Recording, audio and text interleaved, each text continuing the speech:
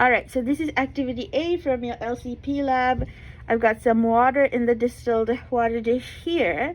So technically, when I add bromothiamine blue based on the intermediate color of the indicator solution, so hopefully you've used bromothiamine blue before, but if it's acidic solution, bromothiamine blue, which is an indicator, tends to turn yellow in the presence of acids, and it tends to turn blue in the presence of bases. So when we add this, since it is water, it should actually be neutral, which would be a mix of blue and yellow. And from elementary school painting, that should indicate that it would be green. So it looks green, but if we swirl it, it might not be. Alright, that's like a faint green color, although on the camera it does look slightly yellow. I think it's just because it's like one of those very dilute green colors. Alright, there we go. That's green. Okay, let's add a little more, just so the color is a little stronger. On your lab, it just says to add a few drops, but I'm just trying to get an exaggerated reaction here. Okay, so that's definitely green. So our distilled water is neutral, meaning it's a mix of blue and yellow. I'm going to add some 0.1 molar hydrochloric acid to this, and you can see that the color is changing. So note that observation down. And then here is a 0.1 molar solution of sodium hydroxide. I'm going to add that, and let's see what happens when you add a base to this solution. So that's really pretty. Alright kids, so if you keep adding, let's add more HCl. You'll notice that anytime I drop some HCl, you see the yellow, and anytime I drop some sodium hydroxide, it turns blue. Okay, so those are your observations. Write them down, and then you will write the explanations as well. Okay, so that is activity A. Hi peoples, so this is your activity B. Mrs. Donegan is helping me video it because we have to do it under a fume hood because we have to use ammonium hydroxide. Okay, so I will do the demo and then you guys write the observations down. I'll tell you what I'm adding as I add it. Alright, to the fume hood. So we got copper sulfate solution. You can see the pretty blue color. I'm gonna get a bunch of it. So for this lab, quantities don't really matter, even though your lab says that quantities are supposed to be added. You can basically add as much as you like as long as you can see observations, because it's all about disturbing the equilibrium of your reactants and products. Okay, so I got some copper sulfate going here, and then I have ammonium hydroxide. Honestly, it says 14 molar ammonium hydroxide, which is extremely concentrated when it came. But this is a couple of years old and it's super unstable, as you know, and therefore I have no idea what the actual concentration is right now. Okay, remember from reactions that ammonium hydroxide breaks into water and ammonia.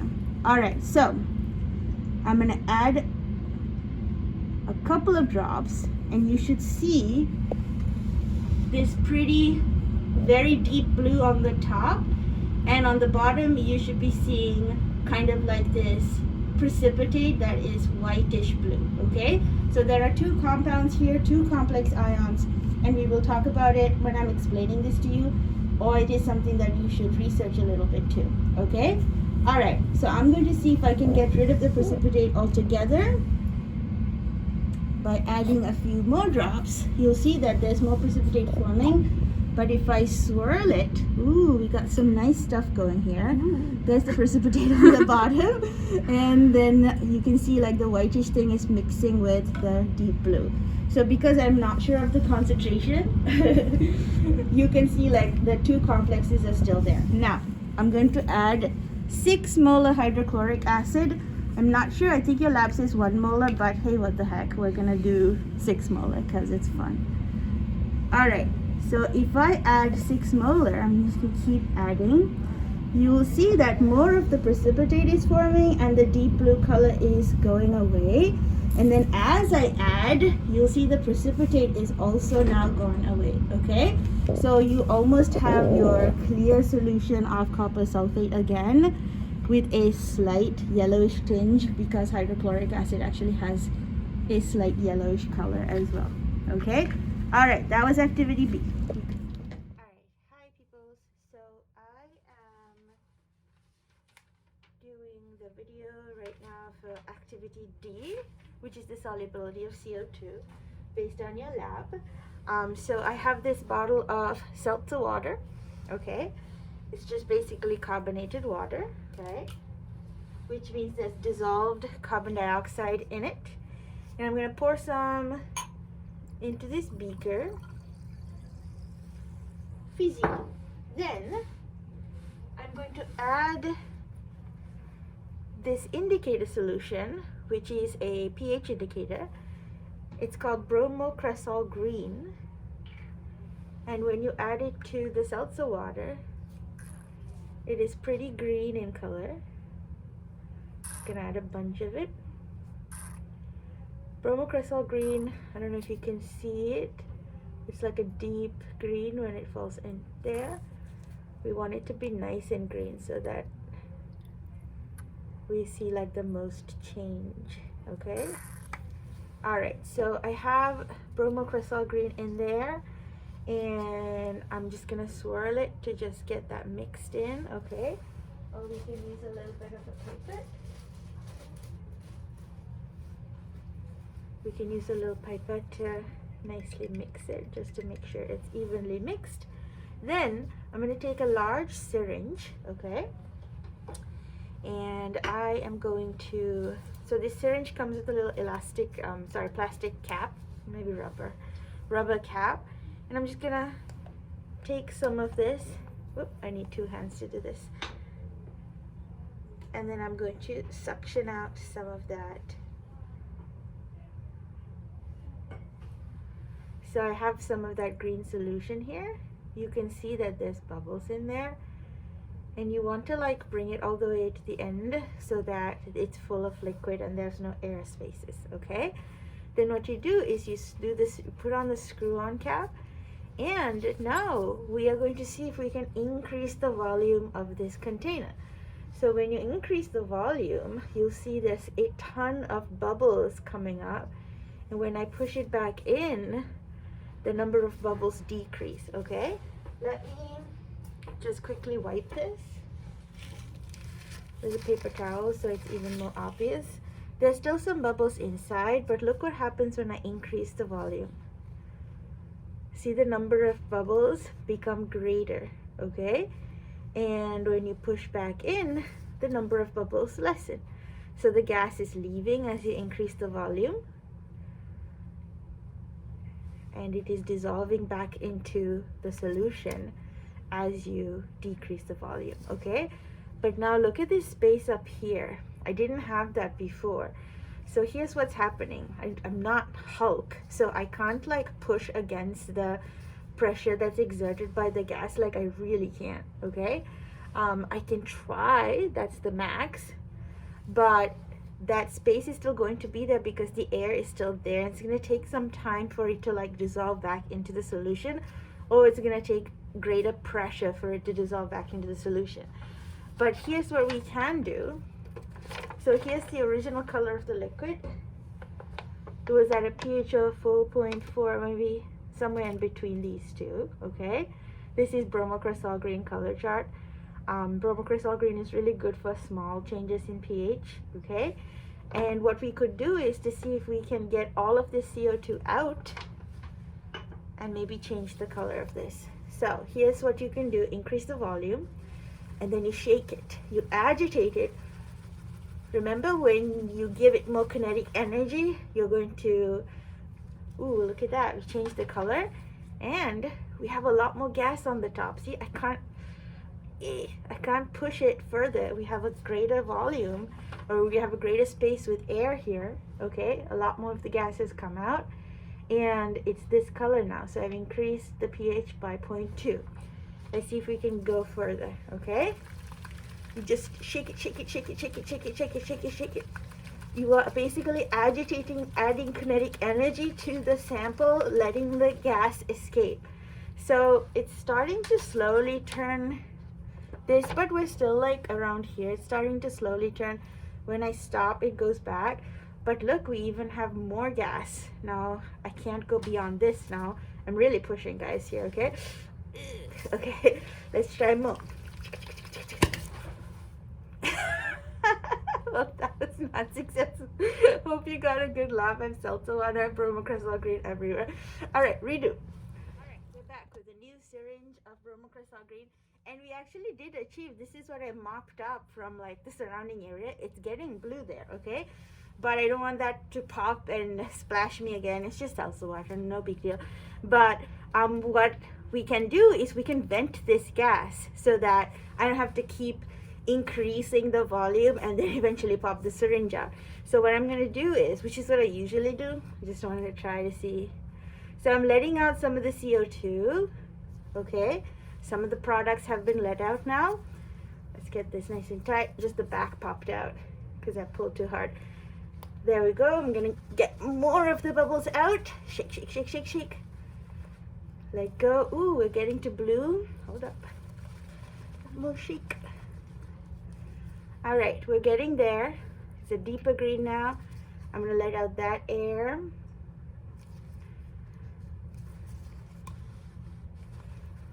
Shake again. Look at that. Little air. Look, it's turning blue as more and more of the CO2 comes out. And I'm going to vent it again. Let's see where we're at with this color. I think we're like here. I splashed this paper too. 1 second. I have water boiling in a beaker right below me. Okay. Then again.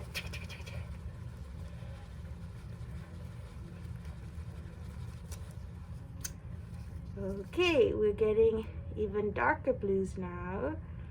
I'm just taking the top off so that I don't end up accidentally pushing some of the CO2 back. So we're getting to like maybe here now, right? I'd say here. So that's a pH of 4.8. And what I'm trying to do, whoops. What I'm trying to do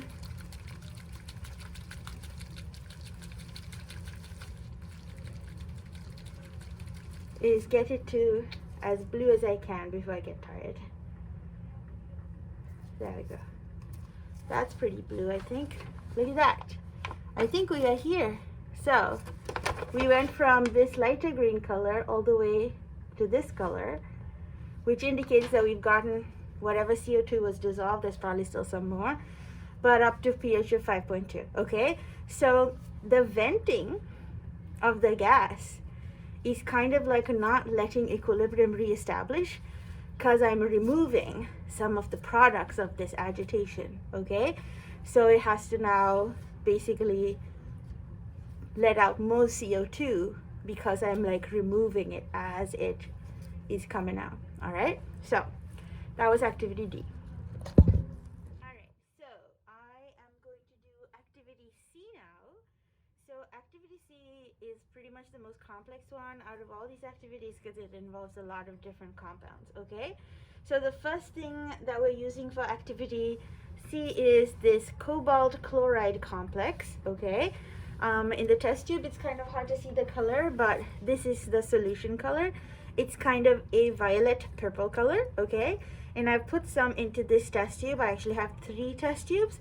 One of them is going to be the control, and 2 of them we're going to do different things to. Okay, so in your handout it says to note down the initial color of the cobalt chloride solution. So that's the initial color. Okay, this is cobalt chloride.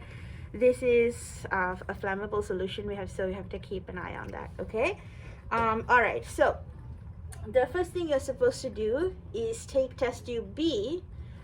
So I haven't labeled them. I'm just gonna say that one of them is test tube B because it's just me.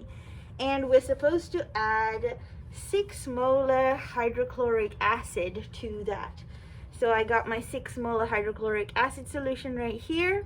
Okay, this is 6 molar, and I'm gonna add it dropwise to test tube B. Okay, so you can watch what happens as I add 6 molar hydrochloric acid. So it went from that violet color to this blue color. Okay? All right, now let's compare it to our control, which is actually test tube A. So test tube A is in this hand. This is my test tube A, and this is test tube B. Okay?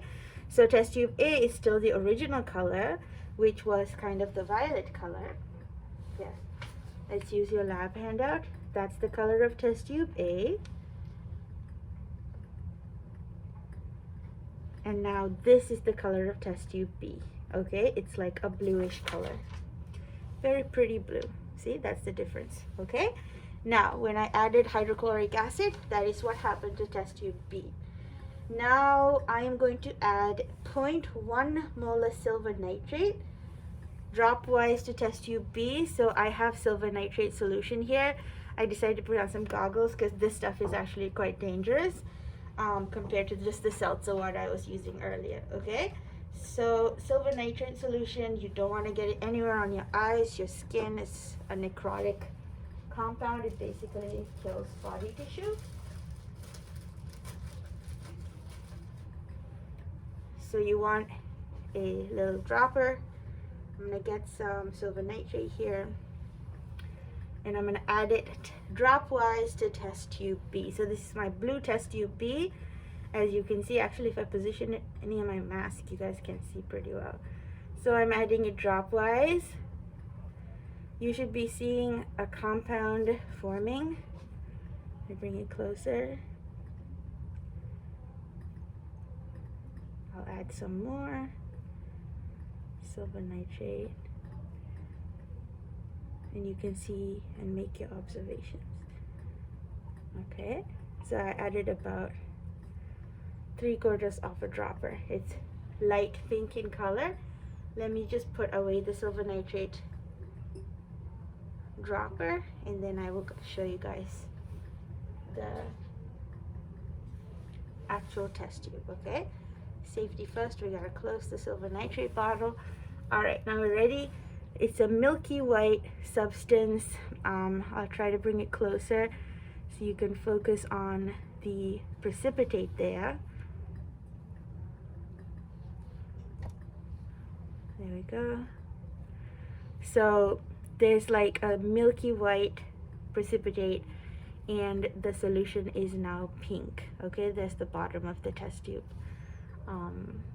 It's a powdery white precipitate. Okay, there we go. I think you can see some of that. Maybe the camera's not great, but you can see. Okay, all right, now leave that aside. We are going to now take test tube C. Nothing has been done to it. It's the same violet color as the original solution. Okay, and we are going to add to test tube C some water. So I have distilled water here. I'm going to add some distilled water to this. I think it just needs a little more. There we go. So I just added some distilled water. It was rather quick, but you guys can see that it changed to this bright pink color. Okay, I can actually do it again.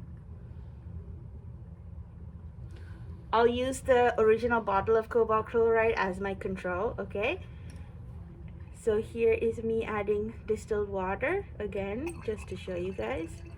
That's what happened to it. Okay, very pretty light pink color compared to what it was before, which was this color, the violet color. Now it's pink. Okay, now next you have to take test tube C, and you have to add 5 to 6 grains of calcium chloride. Now there's a problem with these instructions. This is directly from the Flint lab setup, this is what calcium chloride looks like. They're rather large grains, okay? They come in a bottle, and the problem is when they have large grains like this, it just doesn't dissolve in smaller amounts.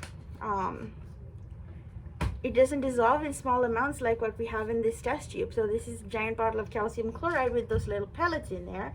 So what I did was I actually ground down those pellets. Throw back to ionic compound properties. They are brittle, which means you can break them down into a finer version.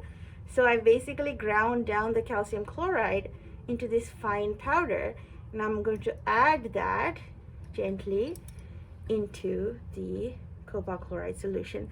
So some of it is just on the side where the solution was. Let me try to get that in there.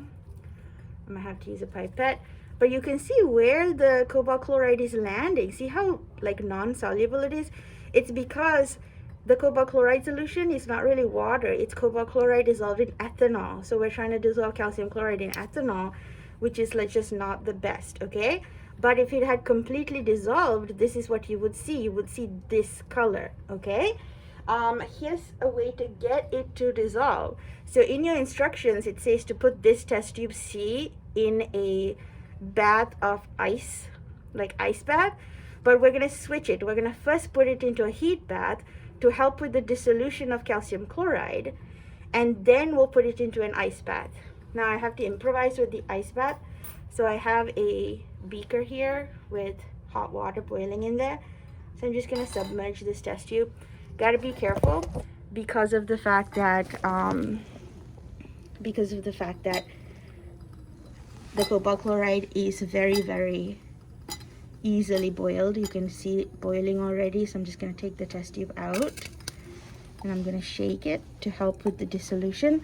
And you can tell that as the cobalt chloride is getting heated up and more of the calcium chloride is dissolving, that it is actually getting more blue. Okay, so I'm just trying to get all of that calcium chloride to dissolve.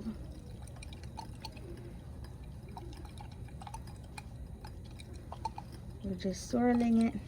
A lot of it has dissolved. I think there's a little more. Sorry if it keeps going out of the frame. I'm trying to hold my phone with one hand.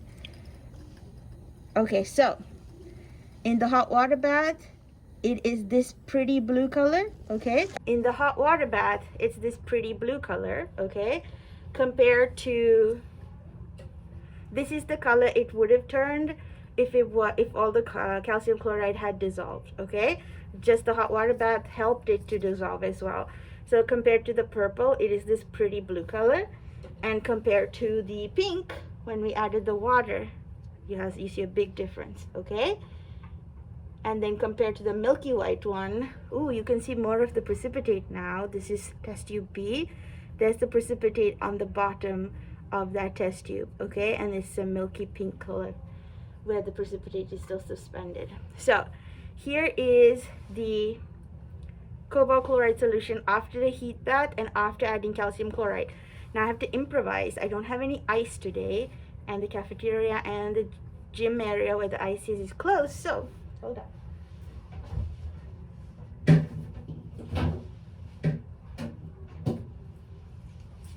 I found this refrigerant pack. It's the same thing, right? I think it's cold enough, so let's cover our test tube with this cold pack and we'll wait to see what happens. I have to close the fridge. So it was light blue when it went inside. Hopefully we'll see a nice change. This is actually much more efficient than having an ice bath.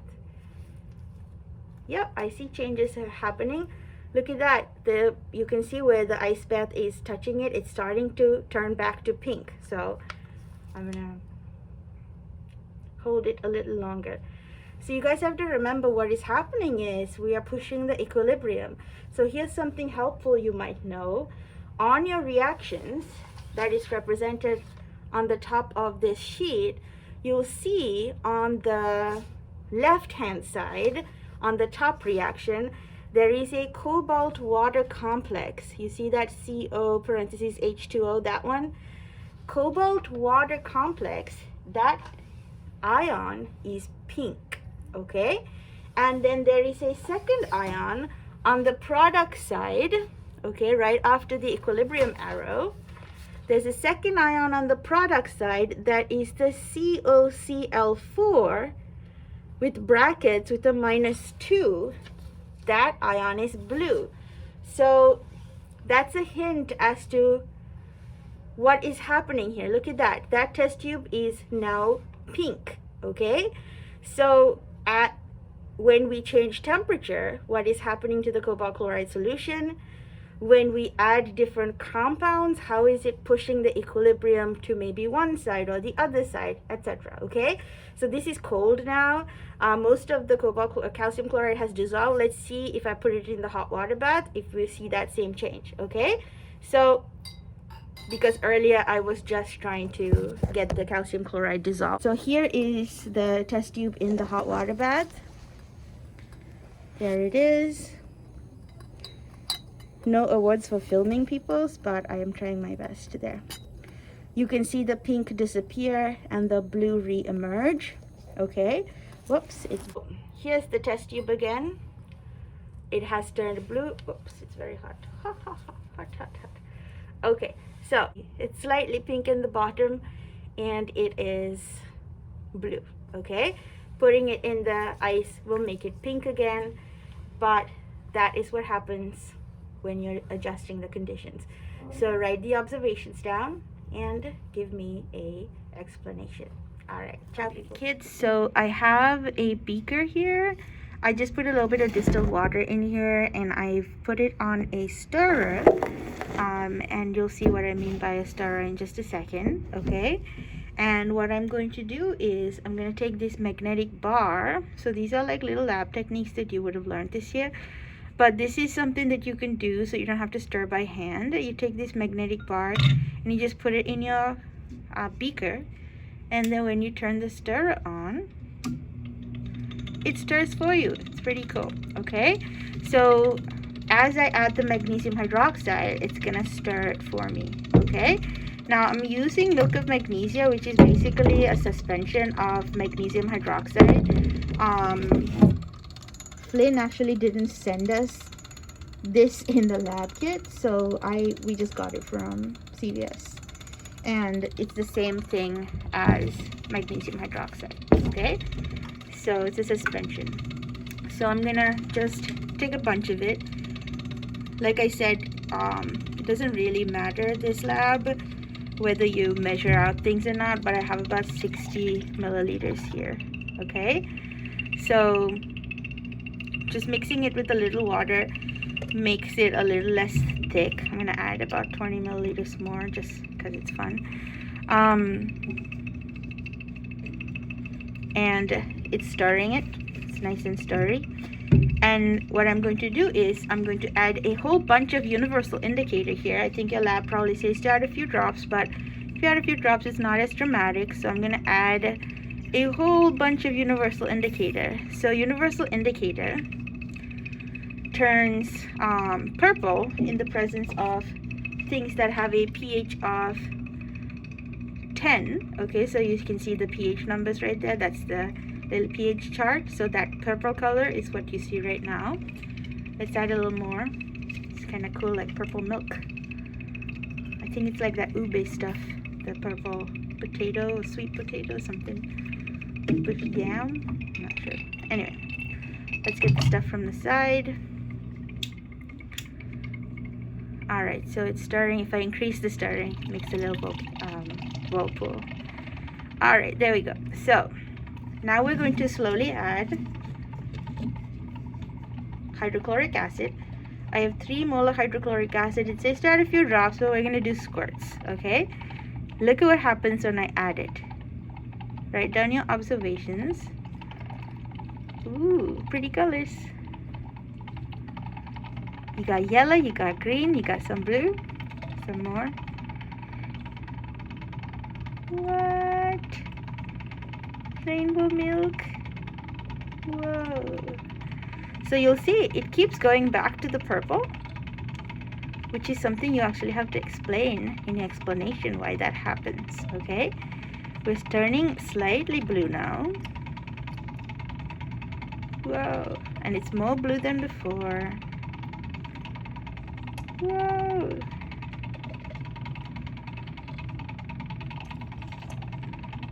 Yellow, green, blue, purple. Whoa. I saw some orange there. I'm just indiscriminately adding orange. I mean hydrochloric acid. 3 molar. So no worries. It's not too bad.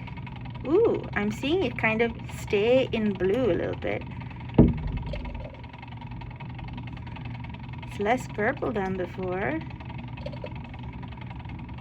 It's definitely staying in blue. And it's staying longer in orange. It's like light blue now. Oh. A little more. Whoa.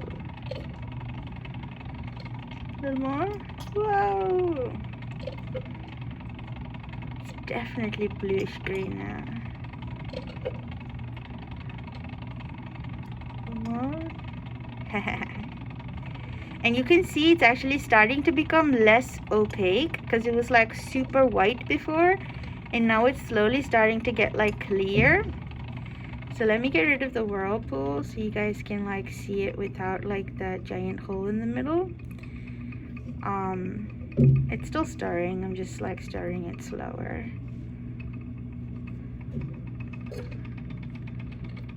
It's like a light blue now. You see the pink there? To me it looks greenish now, but the camera is still showing like bluish because I can see both.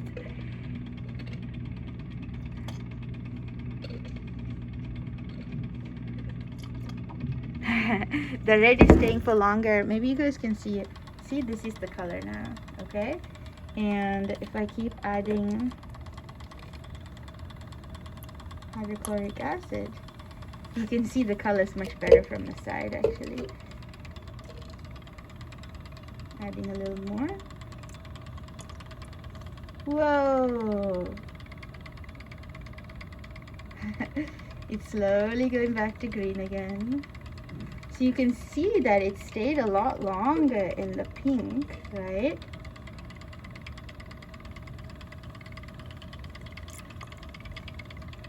Let's see if it changes again. And you can see that the solution is really like a bright reddish color. It's not going back, and it is completely clear. Okay, so we could add some more magnesium hydroxide, because like, why not?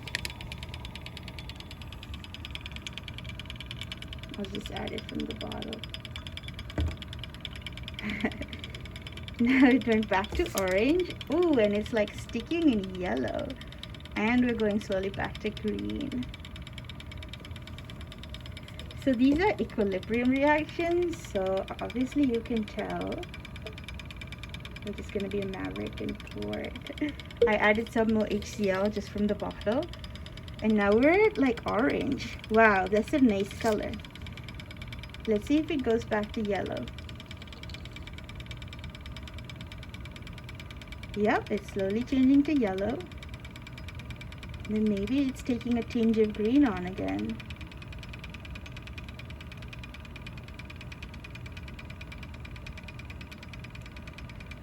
Cool.